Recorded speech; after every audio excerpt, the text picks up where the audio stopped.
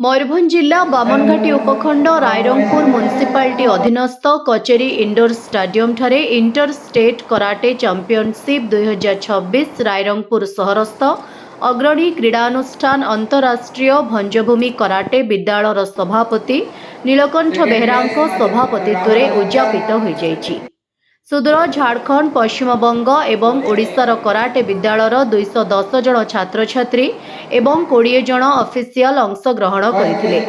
झारखंड राज्य मुख्य referee Sensei Mohan Kumar मुख्य रेफरी भावे जोगदे क्रीड़ा परिचालना करथिले। फाइनल खेल झारखंड दल सहित ओडिशा दल संगे होइथिला। झारखंड दल चैंपियन होइथिबा बेले ओडिशा रनर्स अप होइथिला।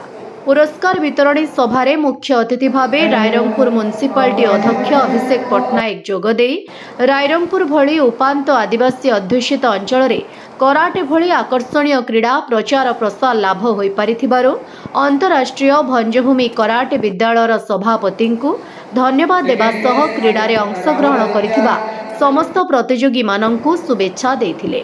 एठिकार छात्र छात्री माने कराटे क्रीड़ा रे सुप्रदर्शन करी देश विदेश रे सुनाम अर्जन करंतु बोली परामर्श देथिले।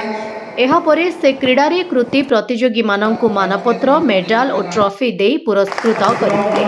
परिशेष रे अंतरराष्ट्रीय भंजभूमि कराटे विद्यालयर सभापति नीलकंठ बेहरा समस्तंकु धन्यवाद अर्पण करिथिबा बेले संपादक गोविंद चंद्र मांडी उक्त भव्य सभा को परिचालना करथिले। एहाकु देखिबाकु स्थानीय बहु क्रीड़ाप्रेमी तथा अभिभावक अभिभाविका उपस्थित थिले।